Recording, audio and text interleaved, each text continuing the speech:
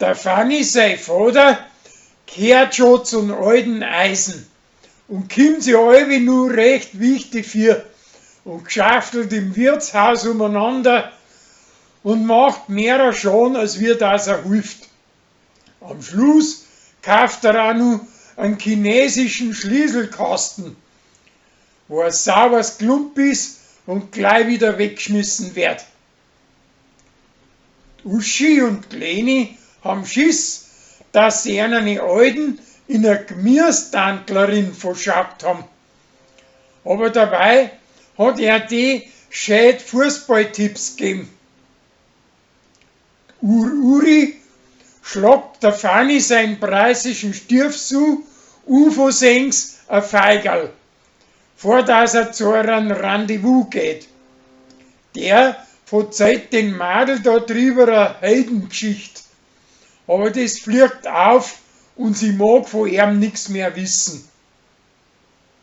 Der Sascha malt der Beutel vom Lorenz als Ruch und der kauft sie ihm um einen Tausender an, damit das ja nicht unter die Leute kommt. Danach malt er ein Beutel für den Landrat und gibt der Rosi einen Spruch aus Afrika und mit dem kriegt die nachher einen sturschälernden Bauern rum.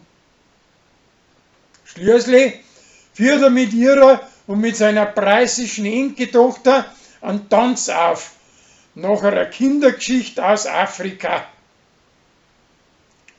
An Rolli, sein preisische Gspusi, möchte Josie mehrer unter die Leute bringen und bringt's mit den Landweibern zusammen. Und die möchte nachher bei denen einen Kassierer machen und kommt dahinter, dass das Hummerl als Kassierer 3 Jahre lang Steuern hinterzogen hat und etliche 1000 Euro von ihren eigenen Diretari nachzahlen muss und mit dem möglicherweise den ganzen Verein ruiniert hat und mit einem kaputten Reimdeiter am Bullock umeinander fährt und einen Zinsschlüssel rausrücken sollte. Und drauf sagt die zu der Josie, dass ihre das Hirn eingeschissen haben.